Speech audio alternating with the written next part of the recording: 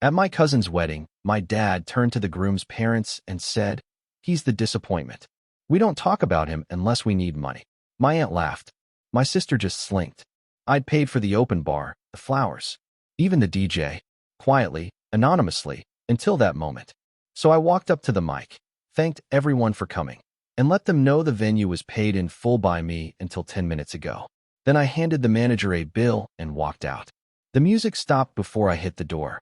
I, 32M, never expected my family to humiliate me at my cousin's wedding, but their cruelty pushed me to a breaking point that changed everything. The wedding venue looked perfect. Crystal chandeliers cast warm light across the reception hall, and the floral arrangements I'd anonymously paid for created an elegant backdrop for what should have been a celebration of love. I stood near the back, nursing a drink from the open bar that I'd also quietly funded, watching my cousin dance with her new husband. Nobody knew I was the silent benefactor behind most of what made this night special. My family had always treated me like the black sheep. After dropping out of college to start my tech company, they'd written me off as a failure. When the business took off 3 years later, generating more revenue than any of them had ever seen, they suddenly became interested in my life again, but only when they needed something. The wedding planning had been stressful for everyone. My aunt had been complaining for months about the costs, and my cousin had been devastated when several vendors fell through due to budget constraints. I'd quietly stepped in, using my connections and resources to make sure she had the wedding she dreamed of. The venue, the flowers, the DJ, the open bar, all of it arranged through intermediaries so my involvement remained hidden. I wanted to do something good for my family without the drama that usually followed my gestures. I was contemplating whether to slip out early when my father's voice cut through the ambient chatter near the head table. He was talking to the groom's parents, his tone carrying that familiar dismissive edge I'd heard countless times growing up. My father gestured vaguely in my direction and told the groom's parents that I was the family disappointment, the one they didn't talk about unless they needed money. The words hit me like a physical blow. My aunt, my cousin's mother, laughed at his comment as if it was the most amusing thing she'd heard all evening. My sister, standing nearby, didn't laugh, but she didn't defend me either. She just looked uncomfortable and seemed to shrink into herself, clearly wanting to be anywhere else. The groom's parents looked confused and slightly embarrassed by the unprompted character assassination. They glanced toward me, then back at my father, obviously unsure how to respond to such a cruel introduction. The moment stretched on, each second amplifying my humiliation. I felt something break inside me. All the years of being dismissed, all the quiet gestures of generosity that went unacknowledged, all the times I'd bitten my tongue when they treated me like a failure, it all crystallized into a white-hot rage. I'd funded this entire celebration, made it possible for my cousin to have her dream wedding, and this was how my family chose to acknowledge my existence. I set my drink down and walked toward the DJ booth. My heart was pounding, but my mind was crystal clear. The DJ was playing a slow song, and couples swayed on the dance floor, lost in their own romantic moments. I tapped him on the shoulder and asked if I could make a quick announcement. He handed me the microphone without question, probably assuming I was going to make a toast or share some heartfelt family memory. The music faded, and the room gradually quieted as people noticed someone was about to speak. My cousin looked over from the dance floor, smiling and expecting some warm words from her family. I thanked everyone for coming and told them how beautiful the ceremony had been. I mentioned how wonderful it was to see two people so in love starting their lives together. The room was warm and receptive, filled with the good feelings that come with witnessing true happiness. Then I explained that I wanted to clarify something about the evening's arrangements. I told the assembled guests that the venue had been paid in full by me until 10 minutes ago, along with the flowers, the DJ, and the open bar they'd been enjoying. I could see confusion spreading across faces as people tried to process what I was saying and why I was saying it. The room went dead silent. I could see my father's face turning red, my aunt's smile freezing in place, and my cousin's expression shifting from confusion to dawning horror. The groom looked like he wanted to disappear into the floor. I reached into my jacket and pulled out my phone. With a few taps, I canceled the payment authorizations I'd set up with the venue. I'd been smart enough to structure the payments as pending transactions that could be revoked within a certain time frame. The venue manager, who'd been standing near the entrance, received an immediate notification on his tablet. I walked over to him and handed him a bill, a detailed invoice for all the services that would now need to be paid for immediately if the reception was to continue.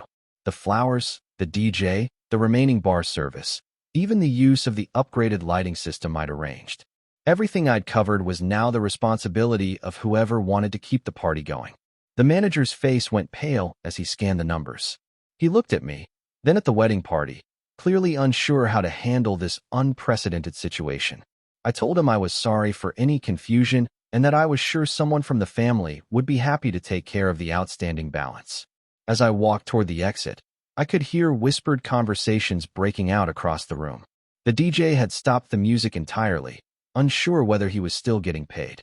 The bartender was looking around nervously, probably wondering if he should keep serving drinks.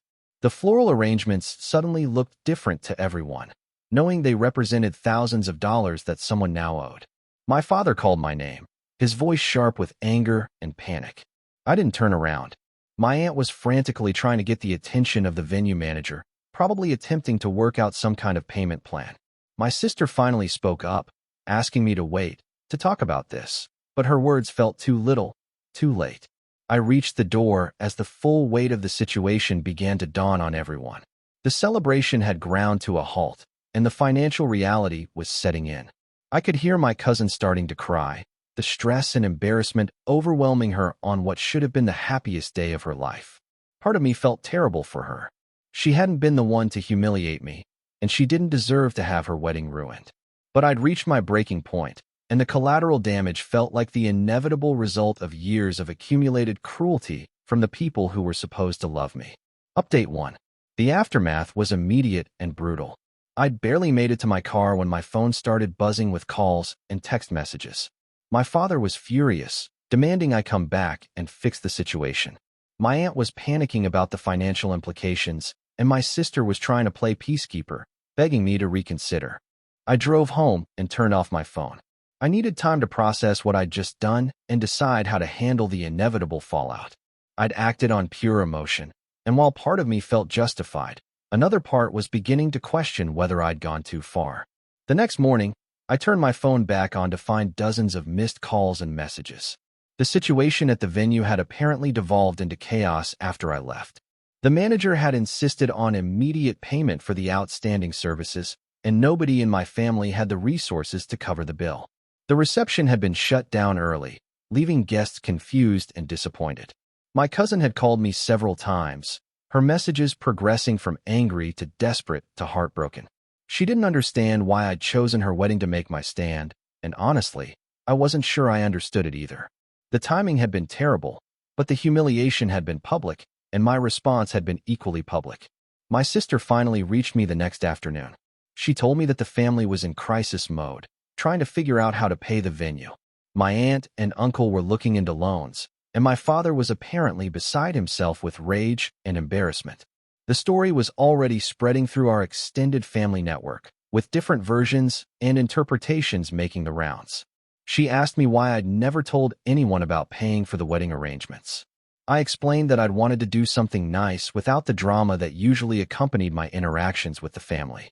I'd hoped that maybe, just once, I could contribute something positive without having to justify my existence or defend my choices. My sister admitted that my father's comment had been cruel and unnecessary. She said she'd wanted to say something in the moment, but had been caught off guard by the viciousness of his words. She asked if there was any way to undo what had happened, to find some compromise that could repair the damage. I told her I was willing to talk, but only if the family was ready to acknowledge what had led to my reaction. I wasn't going to apologize for defending myself, even if my timing had been terrible. If they wanted to repair our relationships, they needed to start by taking responsibility for their role in creating the situation. Update 2. 3 days after the wedding disaster, my cousin called me directly. Her voice was shaky, and I could tell she'd been crying. She explained that she was calling against the advice of most of the family, who wanted nothing to do with me after what I'd done. She told me she'd had no idea I was behind so many of the wedding elements she'd loved most. The flowers had been exactly what she'd dreamed of, and the upgraded venue package had made everything feel magical. She said learning about my anonymous contributions had made my public withdrawal even more painful to understand. I apologized for ruining her reception. I told her that my anger hadn't been directed at her, but that didn't excuse the timing or the collateral damage. She deserved better than having her wedding become ground zero for a family confrontation. She asked me to explain what had led to my reaction. I told her about years of being treated like a failure, about the way the family only reached out when they needed financial help, about feeling invisible unless I was being used as a cautionary tale. I described how it felt to hear my father dismiss me so casually to strangers while surrounded by things I'd paid for. My cousin was quiet for a long time after I finished. Finally, she admitted that the family's treatment of me had always made her uncomfortable. She said she'd noticed the pattern but had never known how to address it without creating conflict. She'd seen how my success was simultaneously celebrated and resented, depending on what the family needed at any given moment. She told me that my aunt and uncle had managed to secure a loan to cover the venue costs, but the financial strain was significant. The stress was affecting their marriage, and the embarrassment was making it hard for them to face their friends and extended family. She asked if there was any way we could find a path forward that didn't involve complete family destruction. I told her I'd consider contributing to the venue costs if the family was willing to have an honest conversation about our dysfunctional dynamics. I wasn't interested in sweeping this under the rug or pretending everything was fine. If they wanted my help, they needed to acknowledge what had led to this point. Update 3. A week later, my sister arranged a family meeting at my parents' house. I almost didn't go, but curiosity about whether anything would actually change got the better of me. I arrived to find my parents, my aunt and uncle, my sister, and surprisingly, my cousin and her new husband. The atmosphere was tense and awkward. My father looked like he'd aged years in the past week, and my aunt couldn't make eye contact with me. My cousin's husband looked extremely uncomfortable, probably wishing he'd married into a less dramatic family. My sister had apparently prepared some talking points, trying to facilitate a productive conversation. She started by asking my father to explain his comment at the reception. He initially tried to downplay it, claiming he'd been joking and that I'd overreacted. When pressed, he became defensive, saying that my previous failures had made the family cautious about celebrating my successes too enthusiastically. I pointed out that my failures had occurred over a decade ago, and that I'd built a successful business that provided me with more financial stability than anyone else in the room. I asked when exactly I'd graduated from being a cautionary tale to being a legitimate member of the family. My aunt finally spoke up, admitting that they'd taken my generosity for granted over the years. She said they'd assumed I helped out because I wanted to, not because I felt obligated or because they expected it. She claimed they hadn't realized how their requests for help had affected me. I told them about the pattern I'd noticed, the way they'd celebrate family achievements while minimizing mine, the way they'd reach out when they needed something but remain distant otherwise, the way they'd make jokes at my expense to deflect from their own financial struggles. I explained that the wedding comment hadn't been an isolated incident, but the final straw in a long history of dismissive treatment. My father eventually admitted that his comment had been inappropriate and hurtful. He said he'd been trying to make conversation with the groom's parents and had defaulted to the family narrative he was most comfortable with, painting me as the problematic one. He acknowledged that the narrative no longer fit the reality of my life or my relationship with the family. The conversation was difficult and emotional, with old resentments and misunderstandings surfacing throughout the discussion. But by the end, there seemed to be some genuine recognition of how the family dynamics had become toxic and unfair. I agreed to help with the venue costs, but only as part of a broader commitment from everyone to change how we interacted. I wanted regular family dinners where my achievements were acknowledged alongside everyone else's, where my opinions were valued, and where I was treated as an equal member of the family rather than a walking ATM with a complicated past. My cousin thanked me for being willing to work toward repair rather than walking away entirely. Her husband, who'd been quiet throughout most of the discussion, finally spoke up to say that he hoped we could all move forward and create better family dynamics for the next generation. The road to rebuilding trust and respect was going to be long and difficult, but for the first time in years, I felt like my family might actually be willing to see me as a person rather than a caricature. Whether the changes would stick remained to be seen, but at least now we all understood what was at stake if they didn't. The wedding disaster had been embarrassing and painful for everyone involved, but it had also forced conversations that were years overdue. Sometimes it takes a dramatic moment to reveal truths that have been hiding in plain sight, and sometimes those truths are the only foundation solid enough to build something better on.